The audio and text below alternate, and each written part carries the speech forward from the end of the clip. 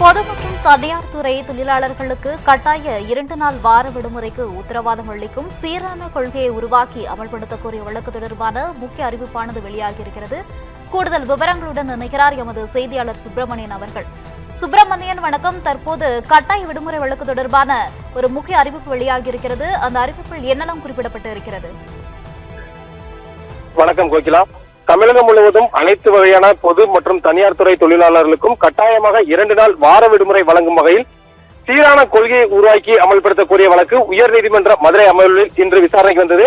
திண்டுக்கல் மாவட்டம் வத்தலகுண்டு பகுதியைச் சேர்ந்த பாஸ்கர் என்பவர் தாக்கல் செய்த பொதுநல மனுவில் அரசு மற்றும் தனியார் நிறுவனங்களில் சுழற்சி முறையில் தொழிலாளர்களை பணியமர்த்துவதற்கான சாத்தியக்கூறுகளை ஆராய நிபுணர் குழுவை அமைக்க வேண்டும் என்றும் இதற்கு மாதிரி முன்னோட்ட திட்டத்தை தொடங்க வேண்டும் என்றும் கோரியிருந்தார்.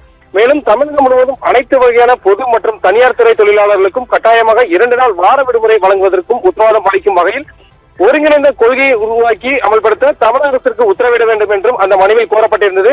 இந்த வழக்கு நீதிபதிகள் கார்த்திகேயன், சக்திவேல் ஆகியோர் அடங்கிய அமர்வு முன்பு இன்று விசாரணைக்கு வந்தபோது வழக்கு தொடர்பாக தமிழக தொழிலாளர் நலத்துறை செயலாளரிடம் உரிய விளக்கம் பெற்று நீதிமன்றத்தில் தெரிவிக்க அரசு வழக்கறிஞருக்கு நீதிபதிகள் உத்தரவிட்டனர்.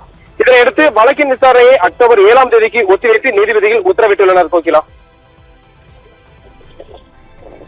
தகவல்களுக்கு நன்றி சுப்பிரமணியன்.